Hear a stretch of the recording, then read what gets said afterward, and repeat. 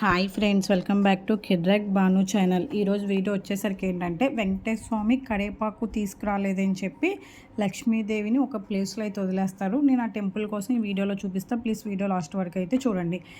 సక్సెస్ఫుల్గా తిరుపతిలో అయితే మా దర్శనం కంప్లీట్ అయిపోయింది. దర్శనం కంప్లీట్ అయిపోయిన వెంటనే ఇంకా మేము బస్సు ఎక్కి బస్ స్టాండ్కి అయితే వచ్చేసాము. తిరుపతి బస్ స్టాండ్ నుంచి మేము ఇప్పుడు ఎక్కడికి వెళ్తున్నామంటే చెప్పాను కదా, వెంకటేశ్వర స్వామి కరేపాకు తేలేదని చెప్పి వదిలేశారు కదా, మేము ఆ ప్లేస్కి అయితే వెళ్తున్నాము. మేము ఇక్కడ నుంచి ఊబర్ అయితే బుక్ చేసుకున్నాము. 3 మెంబర్స్కి 100 రూపీస్. ఈ లోపు మేము ఆటో కోసం వెయిట్ చేస్తుంటే పక్కన బస్ స్టాండ్లో ఆటో సైడ్లో ఉంటాయి కదా, వాళ్ళు వచ్చి కాదు మీరు ఉంది 4 మెంబర్స్ కదా, 4 మెంబర్స్ని 100 రూపీస్కే తీసుకెళ్తానని చెప్పారు.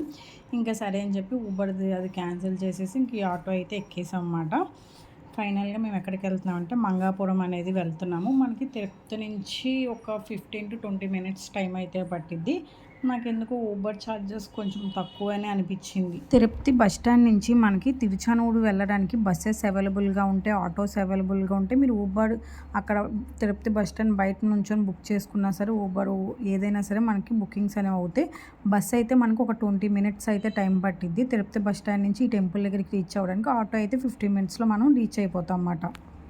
తిరుచానూరేనంటారు, లేదు మంగాపురమేనంటారు, కానీ ఇక్కడ అమ్మవారి టెంపుల్ నేమ్ వచ్చేసరికి పద్మావతి అమ్మవారి అని చెప్పి అంటారన్నమాట.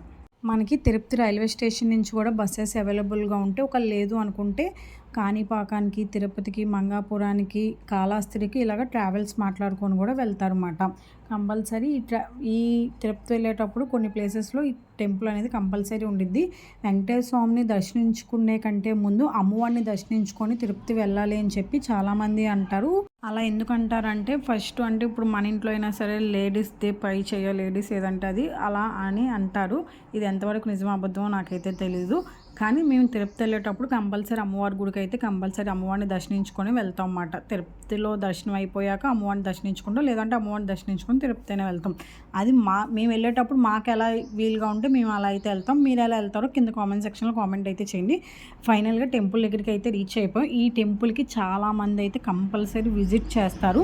ఇక్కడ మనకి రూమ్స్ అవి కూడా అవైలబుల్గా ఉంటాయి. కొంచెం ప్రైస్ అనేది కొంచెం ఎక్కువగానే ఉండిద్ది.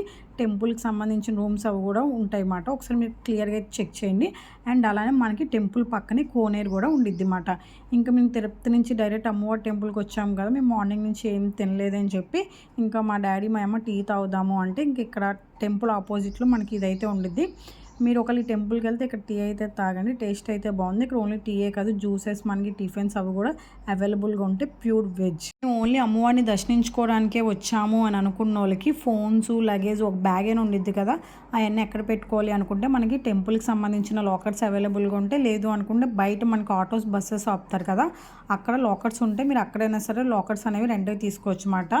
1 అవర్కి వచ్చేసరికి 30 రూపీస్ అలా తీసుకుంటారు. బయట అయితే టెంపుల్ దగ్గర ఏంటంటే రష్గా ఉండిద్ది, చాలా ఎక్కువ మంది ఉంటారు. బట్ బయటే లాకర్స్ అయితే తీసుకోండి.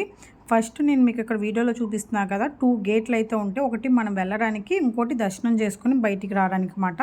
కన్ఫ్యూజ్ అయితే అవ్వమాకండి. మనం లోనికి వెళ్ళేటప్పుడే మొబైల్స్ అవన్నీ, స్లిప్పర్స్ అవన్నీ పెట్టుకోవడానికి ఆపోజిట్లో లాకర్స్ ఉంటాయి. అండ్ టికెట్స్ వచ్చేసరికి 20 rupees, 50 rupees, 100 rupees, 300 rupees tickets అయితే ఉంటాయి అన్నమాట. మనకి ఇది ఫ్రైడే, ట్యూస్డే ఆ టైంలో అయితే టెంపుల్ కొంచెం రష్ అనేది ఎక్కువ ఉండిద్ది. కొన్ని స్పెషల్ డేస్లో కొంచెం అది చూసుకొని అయితే వెళ్ళండి. ఆ టైంలో మీకు ఏ టికెట్ తొందరగా అవుతే ఆ టికెట్ అయితే తీసుకోండి. And Friday, Tuesday, Thursday evening time మాత్రం ఒక 1 అవర్ అయితే కంపల్సరీ స్టాప్ చేస్తారు. మామూలు డేస్లో 30 మినిట్స్, 40 మినిట్స్ మాత్రమే ఈవినింగ్ టైంలో ఆపుతారు అన్నమాట, హారతి అవి ఇవ్వడానికి. ఇంకా మేము అమ్మవారిని అయితే దర్శించుకొని బయటకు వచ్చేసాము. బయటికి రాగానే ఇక్కడ ఏంటంటే మనకి అమ్మవారి ఆపోజిట్లో ఇలా అమ్మవారి బొమ్మ ఉండి ఇక్కడ దీపారాధనలు అనేవి అందరూ చేస్తారన్నమాట.